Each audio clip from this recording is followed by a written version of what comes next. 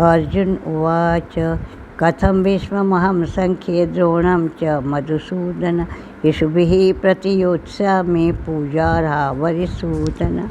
इसको जो मोह हुआ था इसका कारण भीष्म पितामह, द्रोणाचार्य, गुरु जिन्होंने मुझे ये सारा सिखाया युद्ध की कलाएं, वही युद्ध की सामर्थ्य मेरी जो हुई और वो क्या मैं उनके सामने ही बरतूँ, उनके आगे लड़ूँ?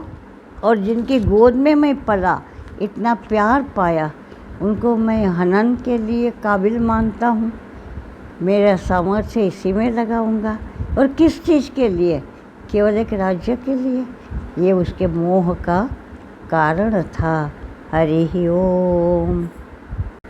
ओम गुरुन् हत्वा हि महानुभावान् श्रेयो भोक्तुं भैक्षमपीह लोके हत्वार्थकामांस्तु गुरूनिहैव पुञ्जीय भोगान् रुधिरप्रदीक्षान्।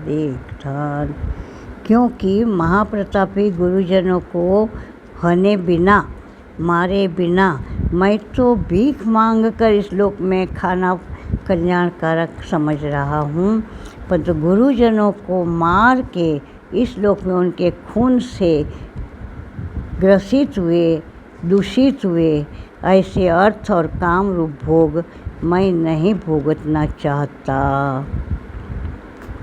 तो इसके पीछे इसका मोह ही है। यहाँ गुरुजन धर्म के नाम से, धर्म का आधार लेके वास्तव में धर्म क्या है ये समझने में इनकी भूल हो रही है। कृष्ण क्या अधर्मी थे?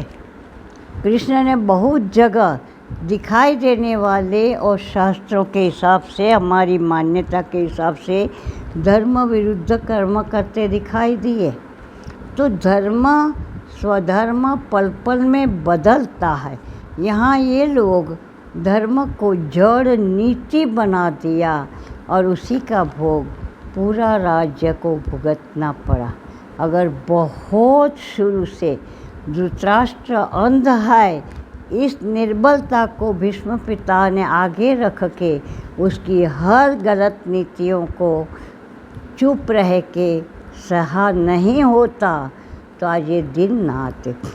और आ भी गए तब जब अति हो रहा, तब भीष्म पिता की सामर्थ्य इतनी थी कि पूरे कुरुवंशी अगर वे विरोध में हो जाते तो किसी की हिम्मत नहीं थी कि युद्ध का ऐलान कर सके।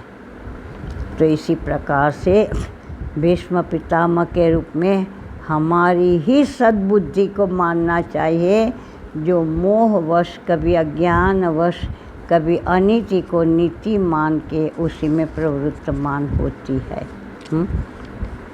और गुरु द्रोण में इतना सामर्थ्य था कि सारी सेना उसके आगे कुछ नहीं, धूल चाटी कर सकते थे वो। परंतु नीति धर्म जिसका अन्न खाया है, मैं उसके सामने कैसे खड़ा हूँ, पांडवों के पक्ष में कैसे जा सकता हूँ।